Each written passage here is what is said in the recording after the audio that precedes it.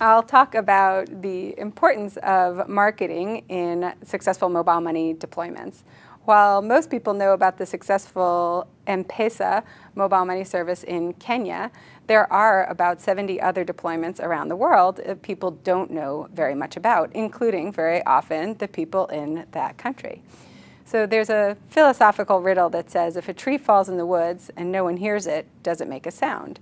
My question on marketing, on mobile money and marketing is, if mobile money exists in a country and nobody knows about it, does it make a difference? There's an important role for marketing to play in order for poor people to understand how this service can impact their lives.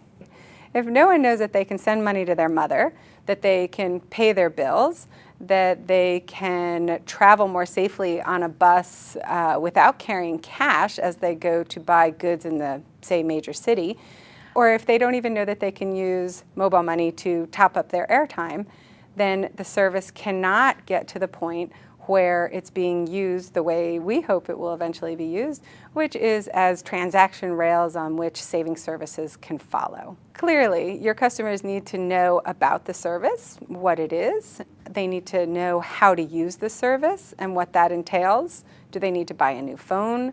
Do they need to get a new SIM card? Do they have to complete registration with identification? And they have to know where they can access or use this service. They need to know where are there agents or cash merchants or mobile money outlets at which I can perform these transactions. Marketing for mobile money is not an inexpensive proposition. In fact, in most markets where mobile money is started, this is a brand new concept. Early marketing, by the first mover usually, has to really focus on what is this idea of using your handset, using your telephone to move money around. This is a very new concept, and the first mover usually takes a big expense to achieve this knowledge in the market. Thereafter, the second movers or the third and fourth movers have the advantage of not having to focus so much on what is this service, but why should you use this service? And just for an example, in Tanzania right now, there are 4 mobile money deployments. The first mover did do a lot of the work on getting the name and the understanding of what mobile money is out into the field. The 2009 Finscope data showed that less than 20% of people really knew what mobile money was. Today, the market has 4 mobile providers, nearly 1 million customers, many from the first mover, Vodacom, and they are really approaching marketing now on benefits and on the quality of the service at each of these 4 providers. So advertising can get the word out. It can get people understanding, at least to some degree, what mobile money is. But understanding the benefits, why it's important to me to use, is still another step in the evolution of mobile money marketing. We asked MicroSave to do some research for us on mobile money marketing messages, and frankly, we thought several of them were very opaque, and from their research found that many clients also, or potential clients also, found these messages to be opaque. They couldn't quite understand what the benefit being conveyed was. This is a difficult task to do, and one that many organizations don't necessarily spend enough time really focusing their efforts on and making sure that the agency that they use helps them focus their efforts on.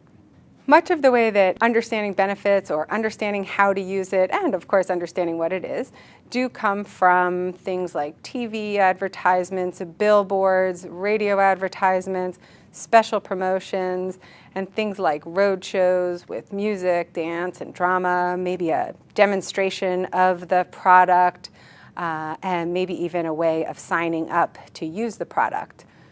These, again, help significantly get the word out, get people signed up, and get them to understand how to use it. However, really getting them to use it and to have a good customer experience still has to be part of the marketing plan. It's not over at the advertising and promoting stage. We won't talk about the difficulties of building a cash agent network where customers can actually transact these services. That's the subject of a whole nother session.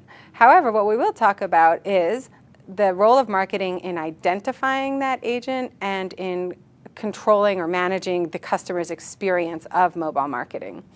You would think that identifying the agent might not be that difficult. However, it's more than just a simple sign. In many countries, in most countries, when we're talking about telco-led mobile money, there are, in addition to mobile money agents, airtime agents. Customers need to understand why an airtime agent is different than a mobile money agent, and this is often done by adding a specific brand name. So Safaricom M-Pesa, Tigo Pesa, Tigo airtime, for example. So this addition or new brand has to help customers identify that at this agent I can get the service that I need. In addition to the sign, maybe it's a painted building, maybe it's a bright plastic sign, or maybe it's a poster in the window. When they walk in, they should be able to identify either a counter or an agent or a person as a legitimate agent. There should be a logbook, there might be an agent number poster on the wall. All of these things are both going to add trust, but also market that, yes, this is a legitimate place in which to do this business. We've reached the point where the customer knows about the service, understands how to use it, and wants to use it because they see the benefit. They've identified an agent, and now they walk in to talk to the agent. The agent has to have a good level of customer service. Especially in a new technology, clients are going to take some time to get used to using buttons and pushing arrows up and down on menus and dealing with timeout systems if it's USSD. And these things can be a little difficult. The agent can react by being frustrated and annoyed, or they can react by being friendly and respectful and helping the client work through their initial problems with dealing with mobile money. This is often not necessarily seen as a marketing tool, but indeed it is. If clients leave quite pleased with their interaction with the agent, they will tell their family and friends, they will tell their business colleagues that this service really works, and in particular, this agent was really helpful.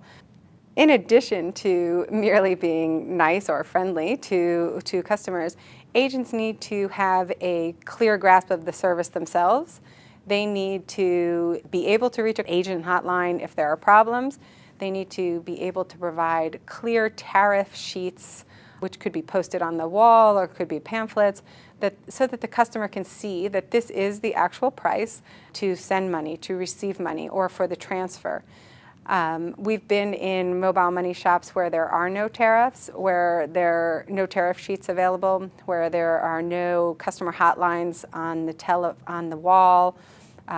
There's no phone numbers by which I can call and complain about the agent, about the service. And that just, it doesn't market the product as a trustworthy product. A good product accepts that there will be some complaints. This complaint center is actually a way of also marketing to clients.